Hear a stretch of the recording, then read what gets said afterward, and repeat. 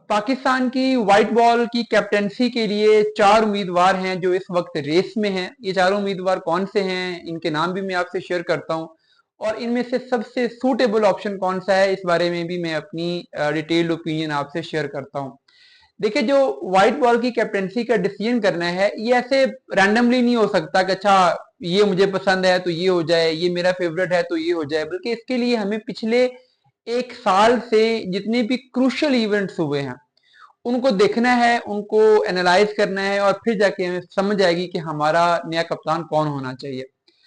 तो पाकिस्तान की टीम पिछले एक सवा साल में जो हारी है उसकी रीजंस तो बहुत सारी हैं। ठीक है, हमारा जो स्किल सेट है वो भी उस इंटरनेशनल लेवल में थोड़ा सा उसमें इम्प्रूवमेंट होने वाली है। बाबर आजम के कुछ कैप्टेंसी डिसीजन भी ठीक नहीं थे, बेहतर होने वाले थे। और इसके अलावा जो हमारी टीम का जो अप्रोच है उसमें भी इशू था। बट इन सारे मसाइल के साथ ही पाकिस्तान ने T20 वर्ल्ड कप का एक फाइनल खेला हुआ है और एक T20 वर्ल्ड कप का सेमीफाइनल भी खेला हुआ है। तो इसका मतलब है कि हम इसी स्किल सेट के साथ, इसी अप्रोच के साथ भी बेहतर परफॉर्म कर रहे थे जब टीम में पॉलिटिक्स नहीं थी। तो इसका मतलब है कि ये सारे मसाइल भी अपनी जगह, बट जो सबसे असल मसला है, जो रूट कॉज है, वो पिछले एक डेढ़ साल में पाकिस्तान की परफॉर्मेंस का, वो टीम के अंदर यूनिटी ना होना है, वो बैक स्टैबिंग करना है, वो टीम में सियासत होना है।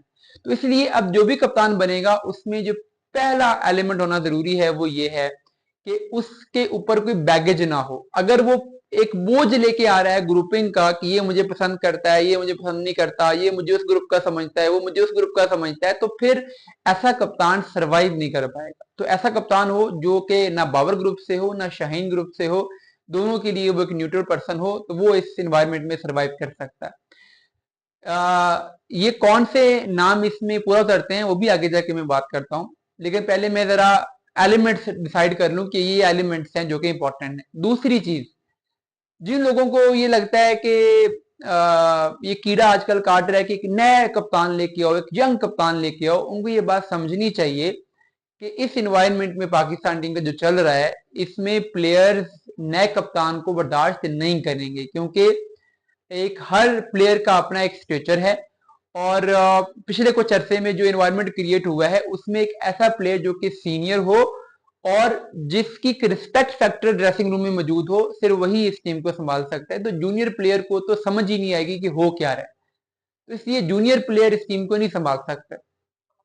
तो जूनियर प्लेयर नहीं होना चाहिए, बल्कि प्लेयर सीनियर हो जो कि 4 5 6 साल से पाकिस्तान टीम के साथ खेल रहा हो, तो वो होना चाहिए। तीसरी जो चीज है वो ये कि परफॉर्मर होना चाहिए, उसकी जो जाती परफॉर्मेंस है उसके ऊपर कोई क्वेश्चन मार्क ना हो। देखिए अभी शान मसूद के साथ क्या हो रहा है, शान मसूद बैटिंग में परफॉर्म नहीं कर पा रहे। तो जब आप खुद परफॉर्म नहीं कर पा रहे होते तो फिर अपनी टीम के बाकी प्लेयर से आप परफॉर्मेंस की उम्मीद नहीं कर सकते। आप उनको कुछ भी कहेंगे वो आपको तंज करेंगे आगे से कि आपने खुद क्या परफॉर्म किया। तो शान मसूद के अंदर कॉन्फिडेंस ही नहीं रहा उनकी बैटिंग परफॉर्मेंस की वजह से कि वो अच्छे तरीके से टीम को लीड कर सकें, और हमें वो नजर आ रहा है, वो शान मसूद का जो लैक ऑफ कॉन्फिडेंस है वो हमें अब वो नजर आना शुरू हो गया उनकी बॉडी लैंग्वेज से, क्योंकि उनसे खुद परफॉर्म नहीं हो रहा। यही अगर शान मसूद से परफॉर्म हो रहा होता तो आप देखते हैं उनकी बॉडी लैंग्वेज डिफरेंट होती।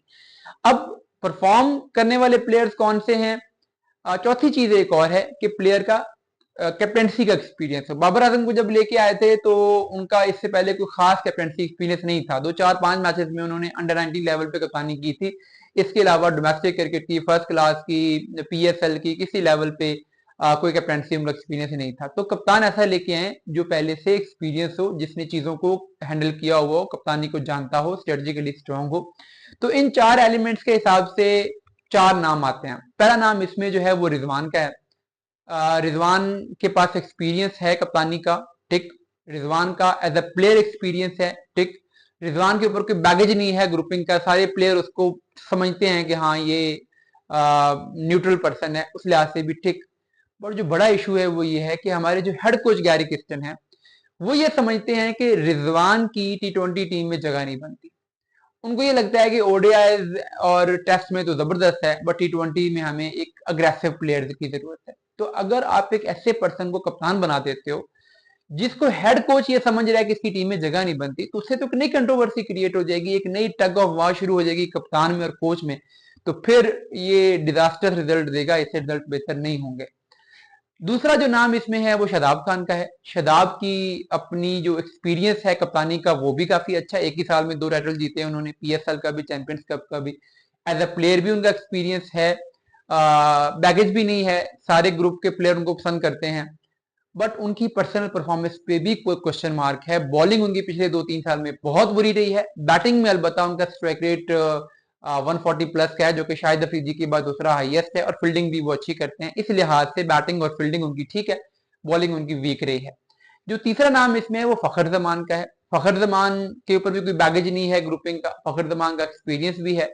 फखर जमान का कोई कैप्टेंसी एक्सपीरियंस नहीं है, और फखर जमान की जो T20 टीम में जगह है उसके ऊपर भी एक क्वेश्चन मार्क है। ओडीआई में तो वो जबरदस्त है, बट T20 में देखा जाए तो 128 का स्ट्राइक रेट, 20 की एवरेज, ये कोई ऐसी परफॉर्मेंस नहीं है कि हम कह सकें कि हाँ इनकी टीम में तो जगह पक्की है।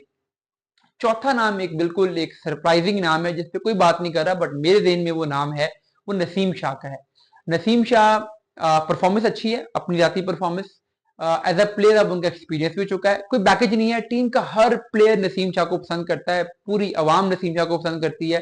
सिर्फ मसला ये कि कैप्टेंसी एक्सपीरियंस नहीं है, और एक मसला ये है कि फिटनेस के भी इश्यूज हैं, और तीनों फॉर्मेट्स में खेलते हैं, तो इसलिए वर्कलोड मैनेज करने के लिए बहुत सारे मैचेस स्किप करने पड़ेंगे। अब ये इन चारों प्लेयर्स का प्रोफाइल है। अब यहाँ पे आपकी पर्सनल चॉइस हो सकती है कि आप किसको चाहते हैं।